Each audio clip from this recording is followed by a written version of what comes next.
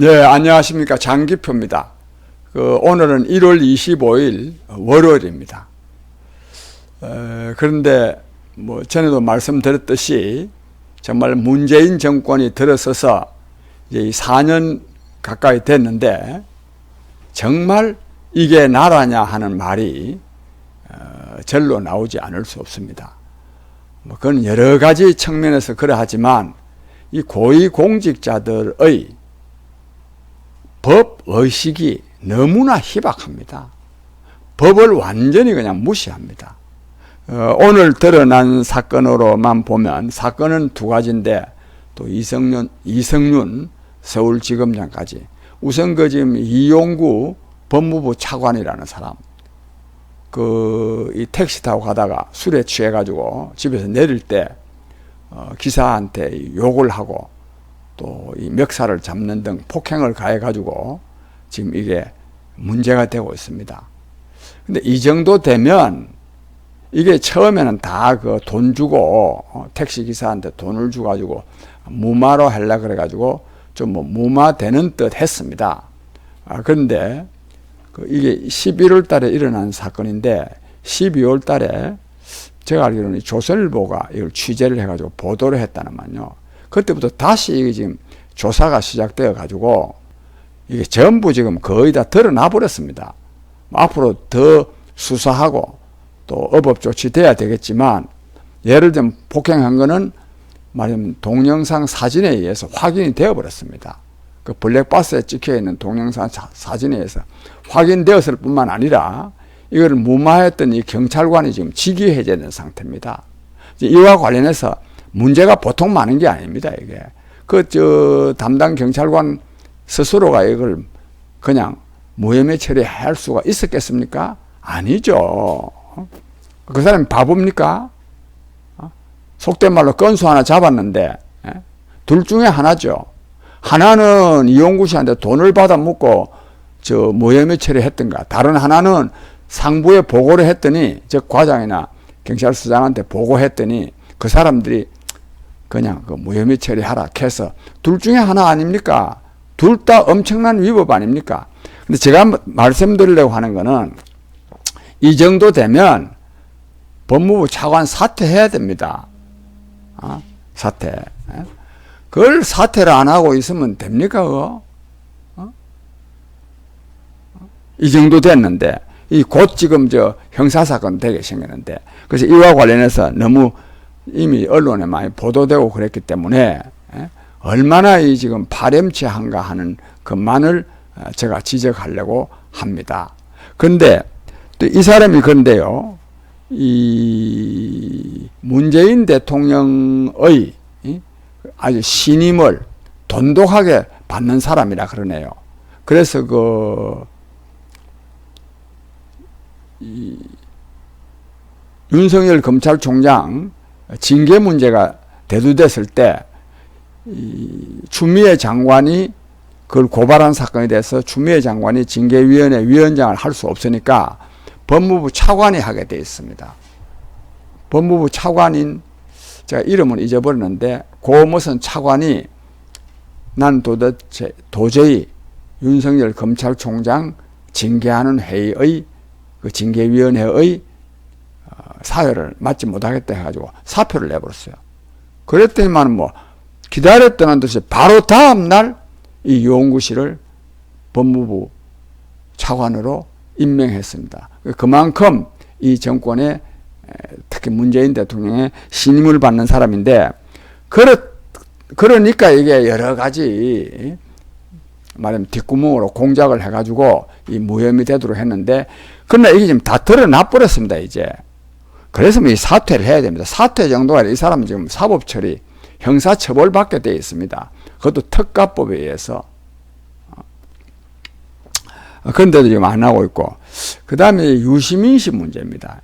이 유시민 씨가 지난 8월 달에 특히 조국 사건에 대한 수사가 한창 될 때 그때 그게 이제 대검찰청 반부패부에서 했는데 그때 검사장이 한동훈 검사장이었습니다. 그 한동훈 검사장을 만약에 힘을 빼기 위해서 유시민 씨가 그 노무현 재단과 나에 대해서 금융 계좌를 추적하고 있는 것 같다. 이렇게 해가지고 한동훈 검사장을 찍어가지고 그래가지고 한동훈 검사장이 그 수사를 제대로 할 수 없도록 만들기 위해서 이게 고의적으로 말한 거거든요. 왜 이 고의적으로 말했다고 제가 이렇게 말하느냐 하면, 고의적으로 말하지 않았으면 뭔가 근거가 있으면 이 사람들이 이 사람이 그냥 사과하고 말 일이 아니죠. 나는 이런 이유로, 즉, 그 은행 담당자든지 아니면 또 검찰에서라든지 경찰에서라든지 즉, 그 계좌 추적을 알만한 위치에 있었던 사람이 자기한테 그런 말을 해서, 자기는 그걸 폭로를 한 거다.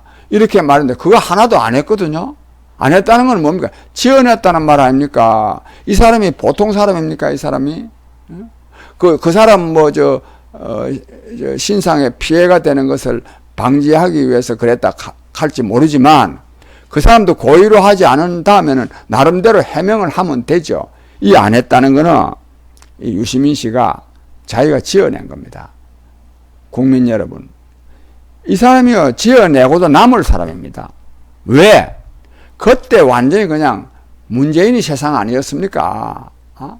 문재인이 세상. 조국이 사건이 다 드러났는데도, 조국을 사랑한다, 조국을 지키자, 조국 수호, 검찰개혁 주장했던 그런 분위기 아니었습니까? 그래서, 근데 이제 이 사람들이 지금 이렇게 지금 실토를 하고 나옵니다. 실토를 나오는 게 양심선언도 아니고 검찰이 지금 이걸 수사를 하고 있고 한동훈 씨는 지금 완전히 지금 무혐의 처리되게 돼 있습니다. 그런데 이 한동훈 씨는 이처럼 본래도 검찰이 이걸 보고 검찰과 언론, 채널A 기자하고 검언 유착이라 그래가지고 이걸 수사를 했는데 이게 무혐의가 됐어요. 무혐의가 담당 검사가 무혐의를 해서 이제 차장 검사한테 부장한테 이제 보고를 해서 부장이 이제 그러려고 이 이성윤 지검장이 무혐의 결재를 안 하는 겁니다. 그래가지고 하도 오랫동안 2달을 하나요? 걸려도 안 해서 차장 검사, 그건 이제 검사장 바로 밑에 있는 사람입니다. 명칭은 차장이지만 굉장히 높은 사람입니다. 차장검사 2사람이나 이성윤 지검장을 만나가지고 이거는 한동훈 검사장 이거는 무혐의입니다. 무혐의 처리해야 됩니다. 하는데 결재를 하지 않는다는 겁니다. 결재를. 그래서 오늘은 꼭 이런지는 모르겠습니다만은 휴가를 내고 출근을 안 했다네요. 출근을 안 해가지고 지금 결재를 지금 못하고 있다. 국민 여러분, 이게 나랍니까, 이게?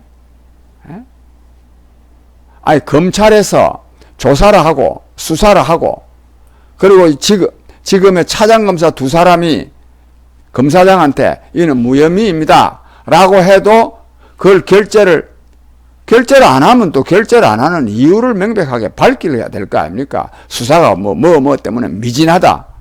더 수사해보라. 그런 것도 안 하고 이거 버팁니다, 이게. 이 왜 그러냐? 한편으로는 이 이성윤 씨가 경희대학교 이 법대 문재인 대통령 후배락하네요. 또 그런데다가 이 검언유착 사건, 이 한동훈 씨 사건은 추미애 장관이 말하면 이 직권으로 이거를 조사를 시킨 사건입니다. 그때 이 한동훈 씨가 검언유착한 이 사건이 명백하다. 왜 이걸 제대로 수사하지 않느냐. 이래가지고 직권으로 이걸 조사를 시킨 사건입니다. 그런데 이래 되니까 이게 이제 무혐의 처리되니까 이 정권이 이제 말이 아니죠.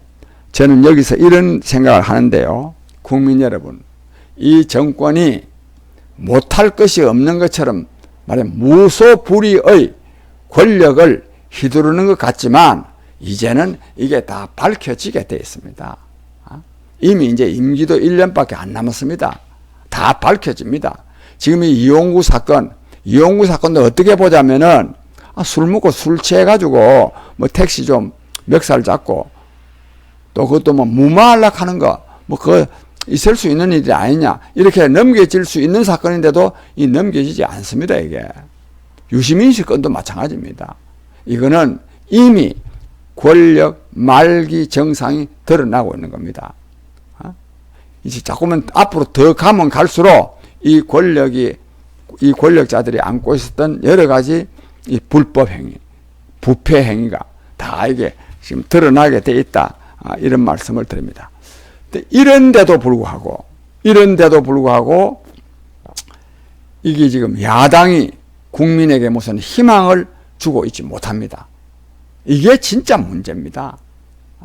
진짜 문제는 문재인 정권이 어차피 끝날 정권인데 국민에게 희망을 줄 수 있는 정치 세력이 없는 겁니다. 근데 그 정치 세력이 역시 제1야당이 중요합니다.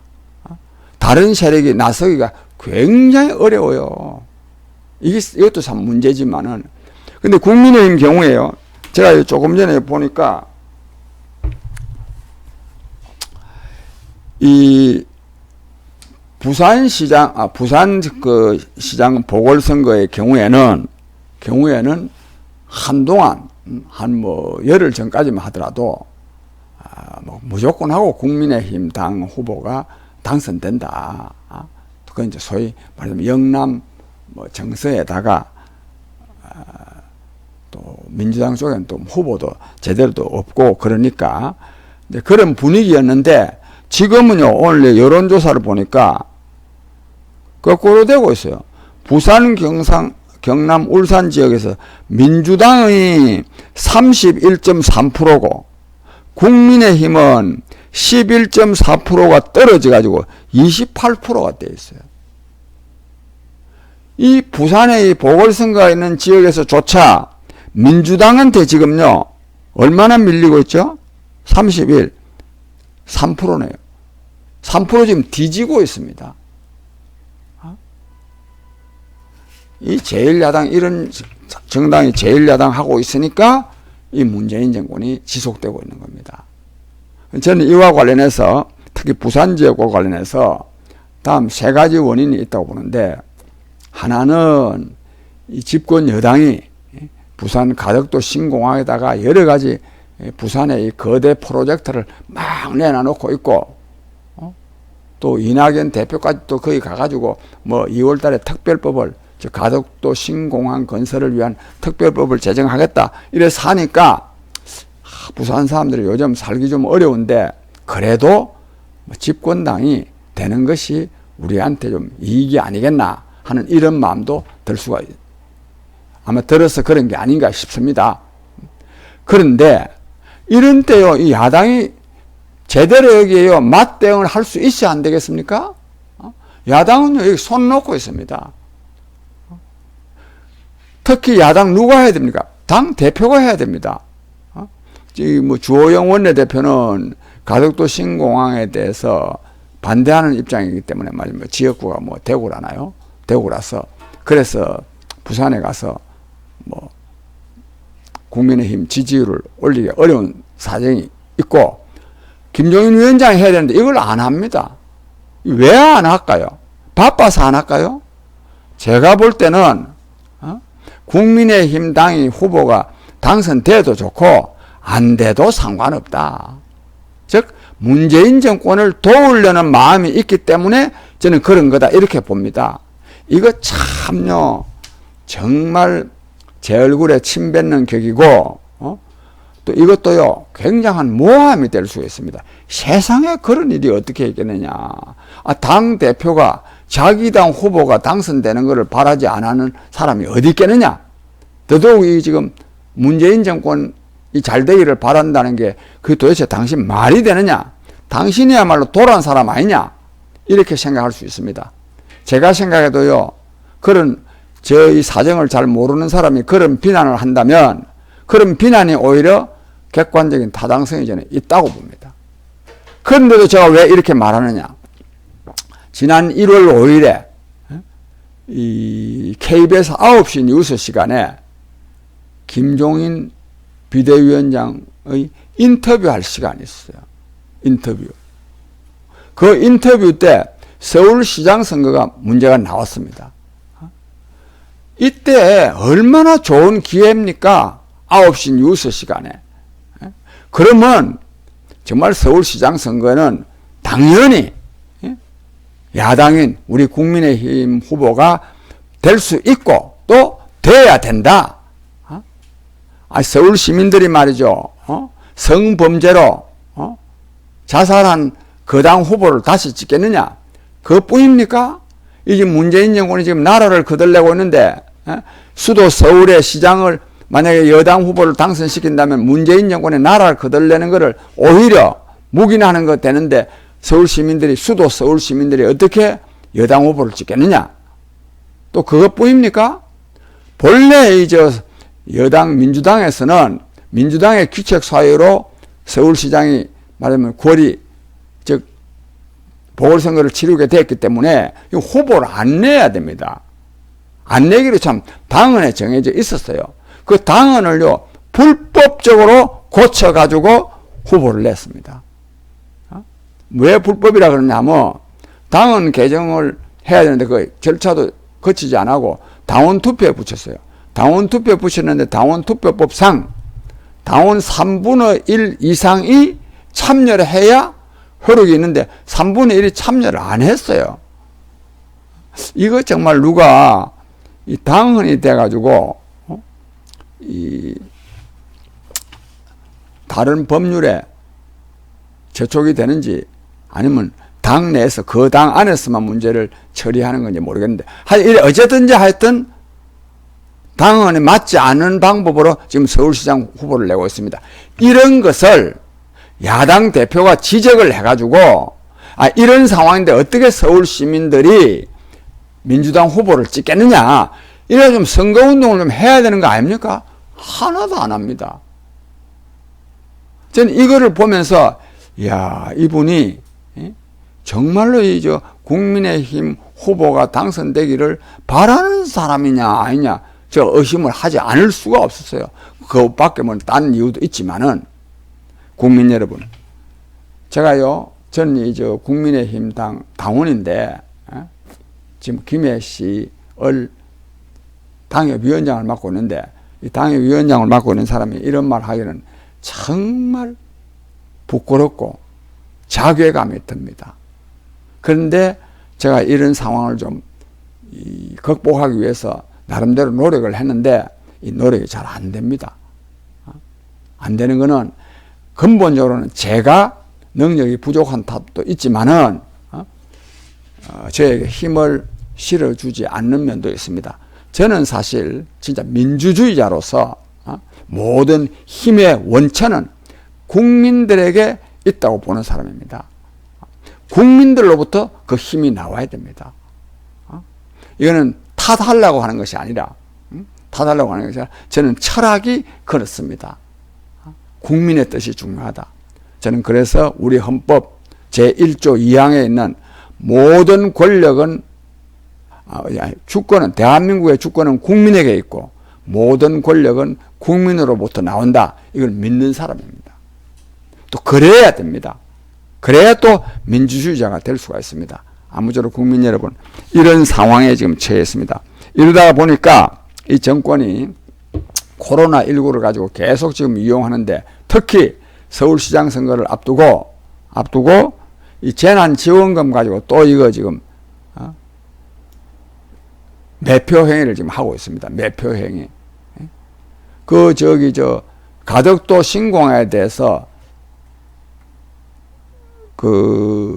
이 강준만 교수는 좀 이따 내가 말씀드리겠는데 사가지 없는 정치라는 책에 보니까 이건 10조 원 매표 행위다. 이게 10조 원. 가덕도 신공한 건사는데 10조 원이 되는데 매표를 하는데 자기 돈 가지고 내는 게 아니고 국민 세금으로 가지고 매표를 하는 겁니다. 표를 사는 겁니다. 이 재난지원금도 마찬가지입니다. 이게 뭐 문재인 대통령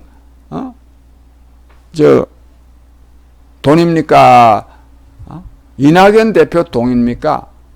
뭐 민주당 돈입니까? 재경부 돈입니까? 국민 돈입니다. 국민 돈. 이 국민 돈 가지고요. 이번 서울시장 선거, 부산시장 선거에 지금 매표 표를 돈 주고 지금 살라고 합니다. 그래서 지금 여기 또 뭐 이낙연 씨하고 저 이재명 경기도지사하고 지금 뭐 또 경쟁하고 있어요.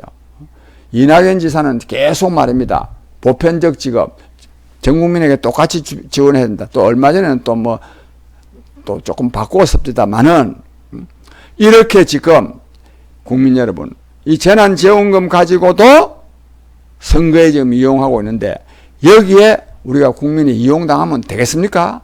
재난지원금은 당연히 받아야 될 돈이고 그건 국민이 세금으로 낸 돈이고 또 야당이라고 해서 또 반대한 것도 아닙니다. 이게 결론적으로 한 나라 사정이 이렇습니다. 국민이 깨어나야 합니다. 그런 말씀을 드리면서 오늘 말씀을 마치고 또 이번 수요일 날 27일 날 그 광화문 경복궁역 6번 출구 앞에서 집회를 하는데 이날은 이동욱 경기도 의사협회 회장과 또 최성환 씨 그 의사들이 나와서 문재인 정권의 이 코로나 방역 문제와 관련해서 우리가 집중적으로 규탄대회를 할 생각입니다. 많은 관심 가져주시기 바랍니다. 감사합니다.